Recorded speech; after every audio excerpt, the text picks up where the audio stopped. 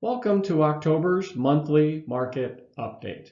I'm excited to share the first part in a new series about how to buy your first investment property and also review the current state of the market with you. Let's dive right in. We've likely all heard someone in our lives singing the praises of investing in real estate. The question for most is how and how much? Or perhaps, why would it make sense for me? Or even, I hate the idea of being a landlord, but I'm curious because I do hear that real estate is such a great investment. Here's an opportunity to watch someone make that journey from start to finish. I've got a client looking at several options, so this will be a great way for you to learn a bit about the choices and the process. And if you're in the I hate the idea of being a landlord category, I think you'll find this quite interesting and maybe help put your mind at ease. What could watching this series do for you? Well, it may help remove some anxiety to allow you to at least consider the possibility of buying an investment property. It may help you start to take action on the desire to do so and build a plan. Or if you've already got a plan in mind and you just need that little bit of motivation to jump in and buy one now, it may help you with that. The first step is determining what can you afford to buy. Two important things come into play. How much do you have to invest? And what terms will a lender offer me? The amount you have to invest needs to be divided into a down payment and also a reserves fund. Pre-approval for a loan sets a price cap and terms such as the percentage down and the correlating interest rate. An equally important part of developing a good plan for you is matching types of properties to your desires and capabilities. How would you answer the following questions? What is your tolerance for face-to-face involvement with a tenant? And how would you handle things like maintenance, repairs, emergencies, and legal problems and issues? We'll also discuss what type of properties are there to consider and how do they match up with the answers from the previous two questions. For example, a condo or townhome might be the perfect investment for you. You essentially have a limited amount of exposure since the exterior maintenance and the exterior landscape is usually taken care of by an HOA. The HOA also provides essentially an extra set of eyes to keep an eye on the activities of your tenant. Now comes the math.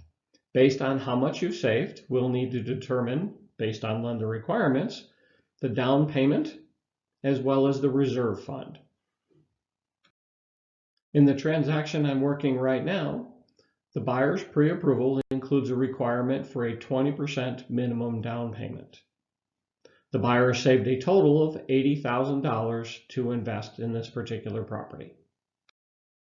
We determined a $300,000 purchase price makes sense for this buyer. Calculating a 20% down payment per the lender's terms means a down payment of $60,000. We then had to calculate the reserves to cover at least 3 months mortgage, utilities, etc. So we determined the principal and interest, monthly taxes, homeowners insurance, HOA dues, and of course utilities to come up with an estimate of $2,350 per month times 3 months means $7,050 set aside for 3 months reserves. Doing these calculations confirms that this buyer is well qualified to purchase a property up to $300,000. They've got $80,000 in total savings. $60,000 of that needs to be applied to their 20% down payment. They need to set aside $7,050 for their 3 months in reserves. And then they would have a balance of $12,950 remaining for capital improvements and emergency fund. Now that we have a good financial plan that fits this person's budget and tolerances, the next step is identifying properties that make sense to consider purchasing. Next month, I will walk you through how to do that using my own investment property candidate worksheet.